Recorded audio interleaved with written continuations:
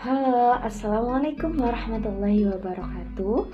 Perkenalkan, kami dari kelompok 1, yakni ada saya, Kuseno Laila Nufirasari, ada Muhammad Faisal, Fahintan Ilza Karengga, dan Maya Ramadhani. Kami di sini akan memberikan presentasi mengenai materi yang telah kami diskusikan, yakni aplikasi perencanaan sistem pembelajaran. Sebelum memulai pembelajaran, saya ingin tanya, apakah kalian semua sudah tahu apakah aplikasi perencanaan sistem pembelajaran itu? Aplikasi perencanaan sistem pembelajaran adalah suatu kegiatan belajar mengajar secara terencana dan secara sistematis, sehingga dalam proses penyelenggaraannya, kegiatan belajar mengajar dapat berlangsung dan dapat dievaluasi secara efektif dan efisien. Dengan adanya belajar mengajar yang sistematis, guru akan mudah dalam menyampaikan pengajaran kepada peserta didiknya, terutama adanya rancangan pembelajaran yang akan diajarkan kepada peserta didik itu sangat penting, dikarenakan guru tidak mungkin melakukan pembelajaran secara langsung atau secara sesuai pemikiran saja. Guru harus mempunyai rancangan atau reng-rengan. Jadi di situ guru memiliki apa yang harus dilakukan pada saat mengajari peserta didiknya. Dengan begitu, sistematis dalam pembelajaran akan muncul. Jadi guru tidak meloncat dari materi 1 ke materi 3, tetapi runtut dari materi pertama ke 2. Apa yang dilakukan dari yang pertama, step by stepnya itu jelas.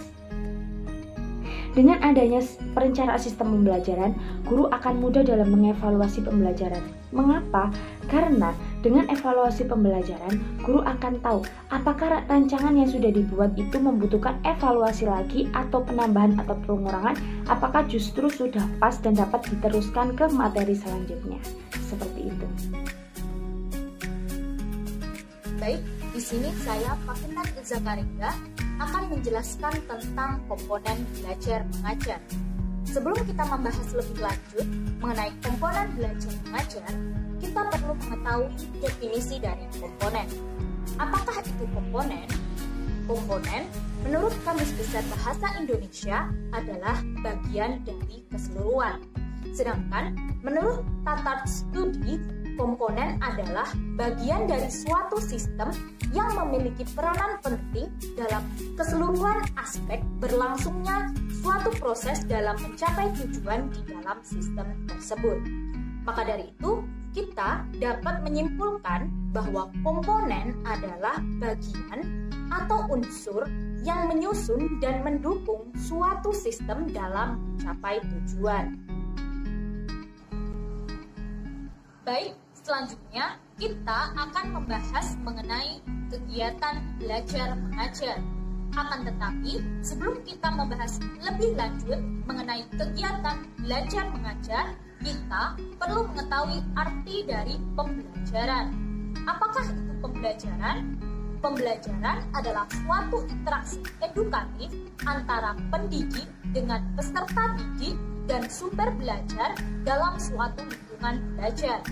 Nah, suatu pembelajaran terdiri dari beberapa komponen yang saling mendukung satu sama lain, yaitu ada tujuan, bahan ajar, metode, media, evaluasi, pendidik, dan peserta didik. Pada dasarnya, pembelajaran menyangkut dua konsep utama yang saling berhubungan, yaitu ada belajar dan mengajar. Nah, dari sini kita akan memulai membahas definisi mengenai belajar dan mengajar. Belajar adalah suatu usaha yang dilakukan untuk memperoleh pengetahuan. Sedangkan mengajar adalah suatu usaha yang dilakukan dengan memberikan petunjuk yang berupaya untuk melatih dan membimbing peserta didik agar mendapat pemahaman. Pada dasarnya, dalam suatu kegiatan belajar mengajar, pendidik dan peserta didik adalah orang yang berperan dalam kegiatan tersebut, atau dapat dikatakan mereka adalah pelaku dari kegiatan belajar mengajar. Nah, dari sini menurut Jamal, komponen dari kegiatan belajar mengajar adalah tujuan, bahan ajar, kegiatan belajar dan pembelajaran, metode, alat, sumber belajar, dan evaluasi. Baik, selanjutnya kita akan membahas satu persatu mengenai komponen belajar mengajar menurut Jamal, yaitu yang pertama ada tujuan. Tujuan adalah sesuatu yang ingin dituju atau sebuah cita-cita yang ingin dicapai dari pelaksanaan suatu hal. Pada dasarnya, tujuan dari pembelajaran adalah tercapainya perubahan tingkah laku dan kompetensi pada peserta didik setelah pembelajaran berlangsung. Dalam hal ini, tujuan dari pembelajaran disesuaikan dengan tujuan pendidikan nasional yang tercantum dalam UU Nomor 20 Tahun 2003 Pasal 3 tentang Sistem Pendidikan Nasional. Baik, yang kedua adalah bahan ajar. Bahan ajar adalah pengetahuan yang akan disampaikan saat proses pembelajaran. Pada dasarnya, bahan ajar ini dapat berupa bahan ajar cetak, bahan ajar audio, bahan ajar audiovisual, dan bahan ajar multimedia interaktif. Contohnya seperti buku, modul, LKS, brosur, foto, radio, kemudian film, kemudian bahan ajar berbasis website, dan lain sebagainya. Nah, pada dasarnya, bahan ajar ini disusun untuk memudahkan peserta didik dalam memahami materi yang disampaikan dalam proses pembelajaran. Kemudian, memudahkan pendidik dalam melaksanakan proses pembelajaran. Selain itu, juga dapat membuat proses pembelajaran menjadi lebih menarik. Baik, yang ketiga adalah kegiatan belajar dan pembelajaran. Pada dasarnya, kegiatan belajar dan pembelajaran ini dirancang secara sistematis oleh pendidik dengan mempertimbangkan situasi, materi ajar, dan karakteristik setiap peserta didiknya. Hal ini bertujuan agar dalam pelaksanaan pembelajaran dapat berlangsung secara efektif dan efisien. Nah, pada dasarnya, perencanaan pembelajaran ini dijadikan sebagai petunjuk arah dalam mencapai tujuan pembelajaran. Kemudian, dalam pelaksanaan pembelajaran, pendidik berperan sebagai fasilitator dan motivator bagi peserta didiknya. Sedangkan peserta didik dituntut untuk aktif dalam kegiatan belajar dan pembelajaran agar timbul interaksi edukatif antara pendidik dan peserta didik, sehingga tujuan pembelajaran dapat tercapai lebih mudah.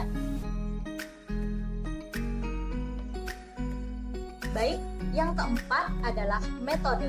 Metode merupakan cara yang digunakan untuk mencapai suatu tujuan. Dalam hal ini, untuk mencapai tujuan pembelajaran, dikenal berbagai macam metode dalam pembelajaran, seperti metode ceramah, tanya jawab, kemudian diskusi, presentasi, demonstrasi, drill and practice, discovery learning, cooperative learning, problem-based learning, dan lain sebagainya. Yang mana setiap metode pembelajaran tersebut memiliki kelebihan dan kekurangan masing-masing. Oleh karena itu, sebagai pendidik perlu cermat dalam memilih metode pembelajaran dan mempertimbangkan situasi, materi ajar, serta tujuan pembelajaran tersebut. Baik, yang kelima adalah alat. Dalam lingkup pendidikan, alat untuk mencapai tujuan pembelajaran dikenal sebagai media pembelajaran. Pada dasarnya, media pembelajaran digunakan untuk membuat proses pembelajaran menjadi lebih jelas, menarik, dan interaktif. Selain itu, lebih efisien dalam waktu dan tenaga, serta dapat meningkatkan kualitas hasil belajar peserta didik. Oleh karena itu, pendidik dalam menggunakan media pembelajaran perlu mempertimbangkan hal-hal seperti tujuan pembelajaran, metode yang digunakan, peserta didik, kemudian materi ajar, dan sistem evaluasi. Baik, yang keenam adalah sumber belajar. Pada dasarnya, sumber belajar menurut Nana Sujana dan Ahmad Rifai adalah segala daya yang dapat dimanfaatkan guna kepentingan proses belajar mengajar, baik secara langsung maupun tidak langsung.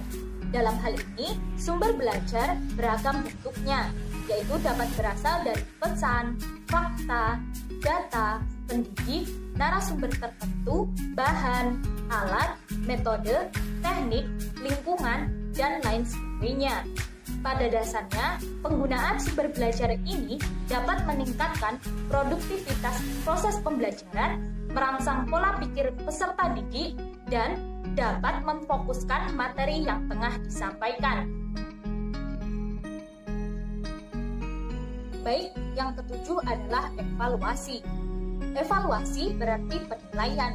Dalam hal ini, evaluasi bertujuan untuk mengetahui efektivitas suatu kegiatan pembelajaran, untuk mengetahui apakah tujuan pembelajaran telah tercapai atau belum, dan untuk mengetahui apakah terdapat kendala dalam proses pembelajaran tersebut.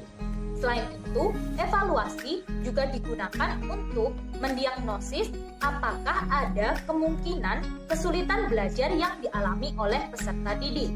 Selain itu, juga dapat digunakan untuk acuan dalam merancang kegiatan pembelajaran ke depannya. Dalam hal ini, untuk mengukur sejauh mana kemampuan peserta didik dalam memahami materi yang telah disampaikan dapat dilakukan dengan cara tes maupun non-tes. Komponen pendekatan sistem. Komponen pendekatan sistem dibagi menjadi 4 bagian. Yang pertama adalah siswa. Siswa merupakan bagian penting dalam komponen pendekatan sistem karena dalam suatu proses pembelajaran, siswa sebagai sasaran yang akan diamati perubahan karakternya serta sikap dari sebelum dan sesudah pembelajaran tersebut. Dan yang kedua adalah tujuan. Dalam suatu kegiatan akan terasa sangat sia-sia tanpa adanya tujuan. Jadi, tujuan di sini berfungsi untuk penentu arah jalannya suatu proses kegiatan agar kegiatan tersebut lebih bermanfaat.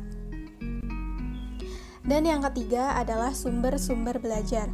Sumber-sumber belajar dapat diperoleh dari mana saja, bisa dari guru, buku, jurnal ilmiah, maupun sumber-sumber internet yang terpercaya. Dan komponen yang terakhir adalah sarana dan prasarana. Ketika 3 komponen sebelumnya sudah terpenuhi, maka untuk menyempurnakannya, kita memerlukan sarana dan prasarana yang mendukung supaya kegiatan belajar mengajar lebih efektif dan efisien, sehingga pembelajaran berjalan dengan lebih baik. Nah, itu tadi adalah komponen-komponen pendekatan sistem dalam pembelajaran. Yang selanjutnya adalah aplikasi pendekatan sistem dalam pembelajaran. Berikut ini adalah pembagian tahapnya atau langkah-langkah bagaimana cara mengaplikasikan pendekatan sistem dalam pembelajaran. Dan tahapan atau langkah yang pertama adalah merumuskan tujuan. Jadi, sebelum kita memulai suatu kegiatan, pastinya kita akan merencanakan terlebih dahulu tujuan apa saja yang ingin dicapai selama proses atau kegiatan tersebut berlangsung. Jadi, merumuskan tujuan di sini merupakan tahapan pertama dalam pengaplikasian pendekatan sistem dalam pembelajaran. Setelah memiliki tujuan, maka langkah selanjutnya yang harus dilakukan adalah mendesain sistem. Di dalam tahapan ini, kita akan merancang dan menyusun metode-metode apa saja yang cocok untuk diterapkan dalam proses pembelajaran yang kita pilih, yang tentunya disesuaikan juga dengan tujuan yang sudah kita miliki. Dan setelah kita merumuskan tujuan, mendesain sistem, serta melakukan kegiatan atau proses pembelajaran, maka langkah yang terakhir adalah mengevaluasi sistem. Di langkah ini atau di tahap ini, kita akan mengevaluasi hal-hal apa saja atau kesalahan apa saja yang terjadi di proses pembelajaran sebelumnya dan akan kita perbaiki untuk pembelajaran selanjutnya. Jadi, pembelajaran selanjutnya bisa lebih baik lagi dari pembelajaran yang sebelumnya. Jadi, itu tadi adalah 3 langkah-langkah dalam pengaplikasian atau penerapan pendekatan sistem dalam pembelajaran. Selanjutnya, mengenai manfaat pendekatan sistem dalam pembelajaran. Di sini, manfaat pendekatan sistem ada 4. Yang pertama yakni arah dan tujuan pembelajaran dapat direncanakan dengan baik. Dengan adanya perencanaan sistem pembelajaran, guru dengan mudah mengatur strategi apa yang akan dilakukan, model pembelajaran apa yang akan diterapkan, dan guru dapat melakukan sesuai dengan tujuan yang diinginkan. Kedua, dapat merancang pembelajaran dengan mengoptimalkan media yang ada di sekitar kita. Mengapa seperti itu? Dengan itu kita tahu apa saja yang kita dapat gunakan untuk mendukung kegiatan belajar mengajar. Contohnya, kita di dalam kelas mengajar matematika. Benda apa saja yang dapat kita gunakan seperti penjumlahan. Seperti guru pada kelas 1 mungkin dapat menggunakan dengan pensil dan sebagainya. Kemudian yang ketiga, menuntut guru pada kegiatan yang statis. Dengan begitu, guru dituntut untuk melakukan kegiatan belajar mengajar yang statis dan tidak meloncat-loncat. Guru dapat memberikan pemahaman pembelajaran kepada peserta didik secara bertahap, jadi tidak meloncat-loncat dari materi 1 ke materi 3 atau materi 5 ke materi 6. Harus tuntut dari pertama, kedua, dan ketiga melalui step by step. Dan yang terakhir perlu diingat yaitu dapat memberikan timbal balik. Mengapa seperti itu? Dengan adanya rencana atau rancangan, guru dapat memprediksi bahwa siswa ini akan bertanya di bagian mana. Jika siswa sudah bertanya di bagian tersebut, guru dengan mudah akan menjawab pertanyaan siswa tersebut. Dan guru tidak ragu atau tidak canggung dalam menjawab soal dari peserta didiknya. Seperti itu. Oke, di sini saya akan menjelaskan materi tentang 3 variabel dalam pembelajaran. Dalam kegiatan perencanaan pembelajaran, itu tidak bisa dipisahkan oleh 3 variabel ini, karena 3 variabel ini memiliki kaitan dengan kegiatan pembelajaran yang akan dilaksanakan. Para ilmuwan terdahulu telah banyak melakukan upaya agar kegiatan pembelajaran yang dilaksanakan agar lebih berjalan efisien dan efektif. Sehingga akhirnya mereka mampu mengklasifikasikan variabel-variabel yang mampu mendukung kegiatan pembelajaran dengan dikaitkan pada teori-teori pembelajaran. 3 variabel tersebut diantaranya adalah kondisi pembelajaran, metode pembelajaran, dan hasil pembelajaran. Yang pertama adalah kondisi pembelajaran. Kondisi pembelajaran adalah faktor yang memiliki pengaruh sehingga memberikan efek kepada metode pembelajaran untuk meningkatkan hasil dari kegiatan pembelajaran. Adapun klasifikasi dari kondisi pembelajaran yaitu yang pertama, tujuan dan karakteristik bidang studi, yang kedua, kendala dan karakteristik bidang studi, dan yang ketiga adalah karakteristik pembelajar. Yang pertama, tujuan dan karakteristik bidang studi. Pada hakikatnya, tujuan pembelajaran mengarah kepada hasil yang ingin diperoleh dari kegiatan pembelajaran yang telah dilaksanakan. Dan oleh karena itu, kita boleh menetapkan tujuan pembelajaran terlebih dahulu. Biasanya tujuan pembelajaran ini mengarah kepada 3 aspek. Yang pertama aspek kognitif, yang kedua aspek afektif, dan yang terakhir adalah aspek psikomotorik. Karakteristik bidang studi adalah berbagai unsur yang terdapat dalam bidang studi yang mampu dijadikan patokan dalam mengaplikasikan strategi pembelajaran. Tentunya karakteristik setiap bidang studi memiliki perbedaan. Misalnya, karakteristik dari matematika dan karakteristik dari mata pelajaran bahasa Indonesia tentunya memiliki perbedaan, yang dimana matematika adalah merupakan ilmu pasti, ilmunya itu mutlak. Nah, oleh karena itu, dalam mengaplikasikan strategi pembelajaran serta media pembelajaran harus disesuaikan dengan mata pelajarannya bagaimana dan karakteristik dari mata pelajarannya itu seperti apa. Nah, disinilah peran seorang guru sangat dibutuhkan dalam mengorganisasikan bidang studi dengan penggunaan media serta strategi pembelajarannya. Selanjutnya, yang kedua adalah kendala dan karakteristik bidang studi. Kendala dalam kegiatan pembelajaran biasanya berasal dari terbatasnya sumber belajar, media belajar, waktu, dan sebagainya. Nah, biasanya jika di lapangan langsung kendala lebih mengarah kepada kurangnya dana sekolah sehingga sekolah tidak mampu memfasilitasi muridnya secara penuh. Namun kurangnya fasilitas tersebut tidak menghalangi guru untuk lebih berpikir kreatif untuk mengolah media pembelajaran yang lebih sederhana serta memerlukan biaya yang lebih sedikit. Namun tujuan dari pembelajaran tetap mampu dicapai. Terus selanjutnya adalah karakteristik pembelajar. Karakteristik pembelajaran adalah segala aspek yang berkaitan dengan masing-masing individu pembelajar, yang dimana bisa meliputi seperti bakat, sikap, perilaku, motivasi, dan hasil dari pembelajaran yang ia peroleh. Nah, setiap individu memiliki karakteristik yang berbeda-beda sehingga tidak bisa disamaratakan. Variabel yang kedua adalah metode pembelajaran.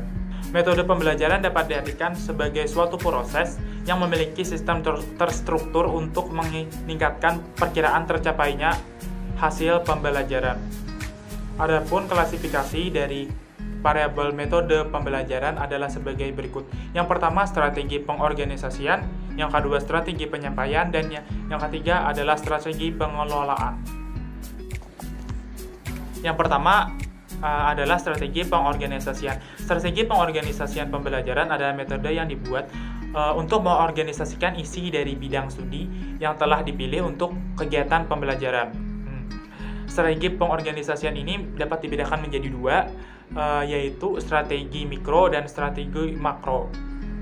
Strategi mikro adalah strategi pengorganisasian pembelajaran dengan hanya melibatkan satu konsep dari pembelajaran. Sedangkan strategi makro adalah strategi pengorganisasian pembelajaran dengan melibatkan lebih dari satu konsep pembelajaran. Yang kedua, strategi penyampaian. Nah, strategi penyampaian ini adalah strategi dalam menyampaikan isi pembelajaran, yang dimana dalam penyampaian isi pembelajaran tentunya akan menimbulkan berbagai macam metode pembelajaran. Nah, setiap metode dalam pembelajaran tentunya memiliki kelemahan dan kekurangannya masing-masing. Nah, oleh karena itu, diharapkan guru mampu mengaplikasikan metode pembelajaran ini disesuaikan dengan bidang studinya, bagaimana karakteristik rata-rata anak di kelas, serta menggunakan media pembelajarannya. Adapun 3 aspek yang perlu diperhatikan dalam mengaplikasikan strategi penyampaian pembelajaran adalah sebagai berikut. Yang pertama, media pembelajaran. Yang kedua, interaksi pembelajar dengan media. Yang ketiga, bentuk belajar mengajar. Selanjutnya adalah strategi pengelolaan. Strategi pengelolaan pembelajaran adalah metode yang digunakan untuk bagaimana menata interaksi antara si pembelajar dengan variabel-variabel metode pembelajar lainnya. Strategi di sini mengarah pada pemutusan penggunaan strategi pengorganisasian dan strategi penyampaian isi pembelajaran dalam berjalannya kegiatan pembelajaran.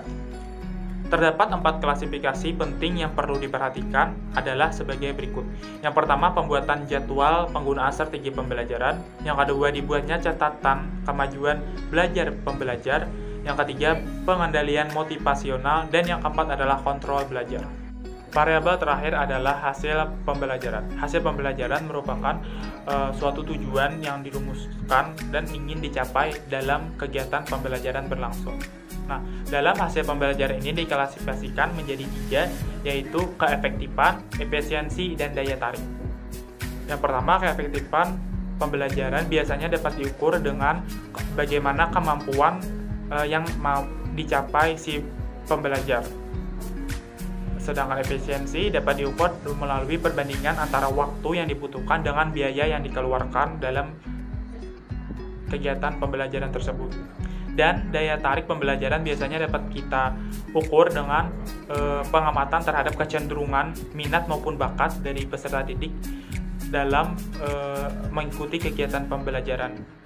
Cukup sekian presentasi dari kelompok kami. Jika ada kesalahan mohon dimaafkan karena kami di sini mahasiswa dan masih dalam proses belajar. Assalamualaikum warahmatullahi wabarakatuh.